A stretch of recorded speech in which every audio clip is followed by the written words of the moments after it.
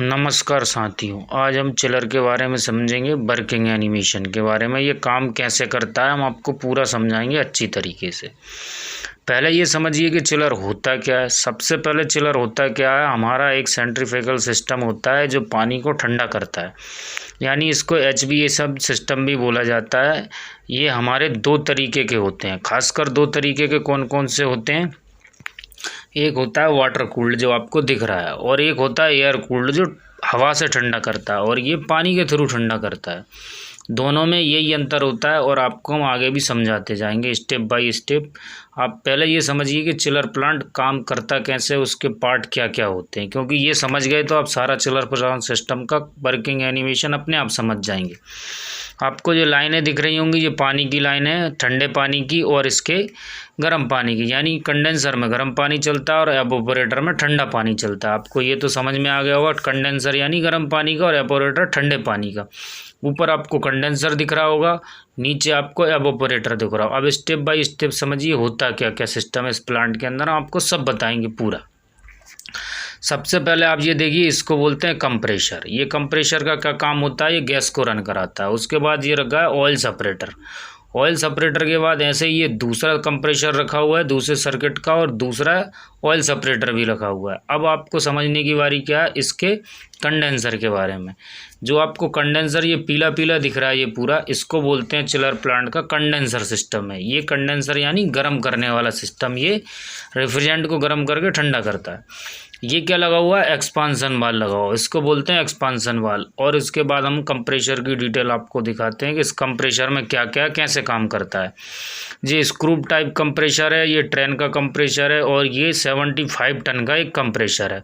आप देख सकते हैं ये कौन सी गैस से चल रहा है, ये आपको गैस भी दिखा देते हैं। ये R134A से चल रहा है, ठीक है। अब इस प्लांट में दो सर्किट थे, ये दूसरे का दूसरा सर्किट है। अब ऐसे ही आपको बताते हैं, ये कंट्रोल पैनल है, इसको आप इसके हिसाब से सेट कर सकते हो, टेम्परेचर पैरामीटर जो भी आपको सेट करना हो। ये इसके सेंसर डले हुए हैं, इन सेंसरों के बारे में हम आपको पूरा बताएंगे कि कौन सा सेंसर क्या काम करता है, कैसे काम करता है। अब आप आगे की ओर चलिए। अब ये आपको लगा दिखाई दे रहा होगा पीला पीला, ये इसका क्या है, ये फ्लो स्विच है। फ्लो स्विच का मतलब क्या होता है, फ्लो को सेंस करता है पानी के। अब ये टावर के पानी को सेंस भी करेगा, और नीचे से अपने सिस्टम में जो चल रहा ठंडा पानी उसको भी सेंस करेगा। दोनों लाइनों में दोनों सेंसर डले हुए हैं, ठीक है। अब आपको जो दिख रहा होगा, ये स्लीव चढ़ा हुआ है, जे एवोपोरेटर बोलते हैं इसको, जिसको ठंडा है इसलिए हम इसको कूलिंग लॉस से रोकने के लिए इसको स्लीव कर देते हैं, यानी कवर कर देते हैं। और जो आपको दिख रहा होगा पीला पीला, ये आपको दिख रहा हो कंडेंसर। अब इसके बारे में आप समझिए, ये इसका लिक्विड सेंसर लगा हुआ है, ये इसकी PHE लगी हुई है, ये प्लेट हिस्चर भी बोलते हैं इसको। ये इसका ड्राई एयर फिल्टर लगा हुआ है। अब आपको स्टेप बाय स्टेप इसके काम भी बताएंगे। ये इसकी HP लगी हुई है, ये सेफ्टी लगी हुई है सारी चीज़ों की। जे इसका एक सेफ्टी सिस्टम का क्या लगा हुआ है, सेफ्टी वाल लगा हुआ है, ठीक है। ये इसकी LP लगी हुई है, लो प्रेशर पे इसको कट करा देंगी। आप समझते रहिए, हम आगे भी और समझाएंगे आपको ये काम कैसे करता है, ठीक है। अब आती है काम की बारी। आपको ये दिख रहा होगा, ये हमारा है पूरा वाटर कूल सिस्टम। सबसे पहले पानी कहाँ पे आता है, आप समझिए। प्लांट में चालू होने के बाद प्लांट कैसे कैसे काम करता है, अब रियल समझने की बारी अब आई है हमारी। ये पानी आया हमारे कूलिंग टावर से, ठंडा होकर कहाँ गया, ये कंडेंसर के अंदर। ये कंडेंसर में घूमेगा पानी, और घूम के कहाँ चला जाएगा, आप देखिए वापस हमारे टावर पे चला जाएगा। ये यहाँ से नीचे से अंदर घुसेगा, और दोबारा से ऊपर से निकल के ये प्लांट की हीटिंग लेते हुए चला जाएगा। और ये जाता कैसे हम आपको समझाएंगे। एक पंप के थ्रू इसको हम रन कराते हैं इस कंडेंसर के अंदर पानी को। आपको ये कंडेंसर दिख रहा होगा, इसमें ये लगे हुए हैं स्टेनर लगे हुए हैं कचरा रोकने के लिए। ये पानी को क्या करते हैं, पहले टावर से खींचते हैं, खींच के हमारे प्लांट में डालते हैं, और प्लांट से फिर वापस इस टावर में पहुंचा देते हैं। हम आपको टावर भी दिखाएंगे कि आपको समझ में आए साइकिल चलता कैसे पानी का कंडेंसर के अंदर। ये कंडेंसर का वर्क करने का तरीका इस टावर से थ्रू है। जो आपको लाइन दिख रही होगी, इसमें गरम गरम जो पानी आता है उधर से आता है। अब आप देख रहे होंगे दोनों टावरों में पानी फ्लो हो रहा है, पानी बराबर गिर रहा है, इसको बोलते हैं कूलिंग टावर। ये चिलर प्लांट की बहुत ज़रूरी एक पार्ट है। अब आपको ये लाइन दिख रही होंगी, हम इनके बारे में समझाएंगे। ये आपको जो खड़ी लाइन दिख रही है, इसमें पानी आ रहा है, यानी गर्म पानी आ रहा है, तो ऊपर गिरेगा, नीचे अपने आप ठंडा हो जाएगा। दोनों टावरों में आपको दिख रही होंगी। और जो नीचे से जो लाइनें आपको जाती दिख रही होंगी, ये पानी को ठंडा करके वापस कहाँ ले जा रही हैं, अपने यहाँ नीचे कंडेंसर में डालने के लिए कि हमारा कंडेंसर ठंडा रहे। उसमें जो रेफ्रिजरेंट गर्म है वो पानी के थ्रू ठंडा होता है, पानी एयर के थ्रू ठंडा होता है। ये हमारा फैन चल रहा है, जो पानी में गर्मी होगी इसको बाहर निकाल देगा। कंडेंसर के अंदर जो रेफ्रिजरेंट गर्म था उसकी ट्रांसफ़र हुई पानी में और पानी ने ट्रांसफ़र कर दी एयर के ऊपर। ये कूलिंग टावर इसकी एयर पूरी बाहर निकाल देगा गर्म। यानी हमारा पानी से सिस्टम कहाँ से ठंडा हुआ, कंडेंसर। अब बारी आती है हमारे एवोपोरेटर की। एवोपोरेटर में क्या होता है, सेम वही का वही वर्क होता है, मगर इसमें पानी चिल होता है।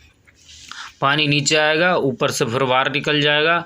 ऐसे ही इसका साइकिल चलता रहता है। पानी आता है जाता है इसके अंदर। आपको देखो ये नीचे से पानी गया, उधर से लौट के फिर आएगा और फिर चला जाएगा।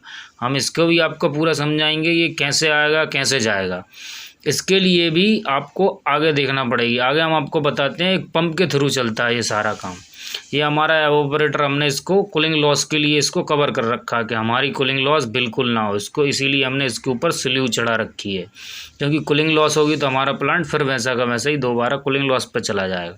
अब इसके अंदर पानी का साइकिल चलता रहता है। वो चलाते कौन से, ये पंप चलाते हैं। इस पंप में पानी आता है, खींचता है ये स्टेनर में, फिर कचरा रोकता है। कोई कचरा तो नहीं है, जो होगा वो यहाँ रुक जाएगा कचरा। फिर ये खींच के कहाँ कर देगा, हमारे यहाँ पे भी HU FCU जो भी लगा होगा हमारे सिस्टम में वहाँ पे पहुँचा देगा। वहाँ से फिर ये दोबारा खींच के ले आएगा, चिलर में डालेगा, चिलर से ठंडा पानी कहाँ पहुँचाएगा, फिर हमारे सिस्टमों के पास पहुँचा देगा। तो क्या होता है, ये आपको पानी का समझ में आ गया होगा। अब आप देखिए पानी ठंडा मतलब कैसे होके ठंडा होके कैसे आता है। आपको ये 2 मशीनें दिख रही होंगी, इनको TFA बोलते हैं। ठीक है, ये TFA में पानी आया इस मोटर के थ्रू कहाँ आया, इन लाइनों में। आप देख सकते हैं जो लाइनों में पानी आया, ये पानी जाता कहाँ है आपको समझाने के लिए हमने दिखाया। ये गया TFA के कॉइल के अंदर, नीचे से जाएगा ठंडा पानी हमेशा। अब हम आपको अंदर दिखाएंगे क्या होता है। ये पानी अंदर एंट्री मारा। अब ये कॉइल के अंदर पानी घूमेगा तो क्या करेगा, ये कॉइल पूरे में पानी गोल गोल घूमेगा, गोल गोल घूमता रहेगा और इसकी एयर खींचता रहेगा। एयर खींचेगा तो पानी की कूलिंग अपने आप खिंच जाएगी, ये पानी बाहर निकल जाएगा फिर। यानी अब इसमें जो कूलिंग थी वो खींच ली गई है और इसको वापस ठंडा होने के लिए अपने प्लांट में भेज दिया जा रहा है। ठीक है, अब आपको दिख रहा होगा नीचे से पानी आता है और ऊपर से निकल जाता है, क्योंकि कोई भी चीज़ गर्म होगी तो ऊपर की ही तरफ जाएगी। अब ये हमारे सेंट्रल प्लांट में फिर से पहुंच गया होगा। हम आपको फिर से दिखाएंगे कि कैसे कैसे काम होता है इसका। ठीक है, आपको यहाँ समझ में आ गया होगा कि जो चिलर है उसका साइकिल कैसे चलता है, उसका वर्क कैसे होता है, आपको शायद समझ में आ गया होगा। हम आपको दिखाते हैं अब इसका रेफ्रिजरेंट का सिस्टम। रेफ्रिजरेंट इसमें कैसे काम करता है, गैस। यानी सबसे पहले आपको ये दिखा रहा होगा स्लीव चढ़ा। ये कंप्रेशर क्या करेगा, आपको यहाँ से ये एवोपोरेटर में से इसने गैस खींचेगा। लो वाली गैस को, लो प्रेशर लो टेम्परेचर वाली गैस को इसने खींच के ये क्या करेगा, आपकी गैस को हाई टेम्परेचर और हाई प्रेशर कर देगा। ये एक रोटरी कंप्रेशर है, आपको दिख रहा होंगे। इसमें 2 रोटर हैं, आपको दिख रहे होंगे। ये पहला रोटर ये है, दूसरा रोटर ये रोटर करके इनको कंप्रेस करके भेज देता है किसके पास, ऑयल सेपरेटर के पास।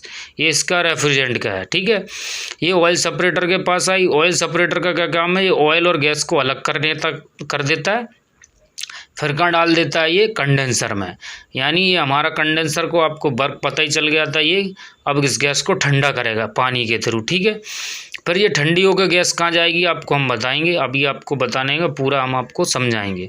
ठीक है, ये गर्म होकर गैस कहाँ आई, इस कंडेंसर में। कंडेंसर ने ठंडा करके गैस को कहाँ डाला, अब आप देखते रहिए। कंडेंसर से जो गैस ठंडी होकर निकली वो कहाँ गई, हमारे ड्राई एयर फिल्टर में। ये ड्राई एयर फिल्टर है, इससे ड्राई होकर गैस कहाँ चली जाएगी, आगे कहाँ जाएगी हम उस तरफ दिखाते हैं आपको। ये गैस यहाँ से चल के इस लाइन के थ्रू कहाँ आ गई, ये एक्सपांसन बाल में आ गई। एक्सपांसन बाल में एक समझने वाली चीज़ क्या होती है, आप समझिए ध्यान से।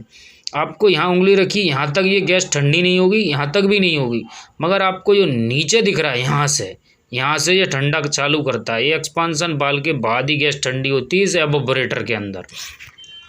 अब इसमें गैस ठंडी करने का काम किसका होता है, इसका, अपने एक्सपांसन बाल का। अब इसके अंदर पूरी गैस ठंडी चलती रहेगी और हमारा पानी इसकी ठंडक को ले जाएगा। फिर हमारी गैस चल के दोबारा कहाँ पहुँचेगी, कंप्रेशर के पास पहुँचेगी। ठंडी गैस हो गई और ये ठंडा ही इसका लो प्रेशर है। लो प्रेशर गैस हमारी वापस जहाँ आ जाएगी, फिर वही दोबारा साइकिल चलता रहेगा। जैसे हमने अभी आपको बताया था, गैस खींचेगा फिर भेजेगा, फिर खींचेगा फिर भेजेगा, जैसे ये साइकिल चलता रहता है। और ये सारा सिस्टम इसी तरीके से काम करता है। शायद आपको समझ में आया होगा। धन्यवाद दोस्तों। आगे हम और भी कोशिश करेंगे नई नई वीडियो लाके आपको और भी समझाने की और अच्छी तरह।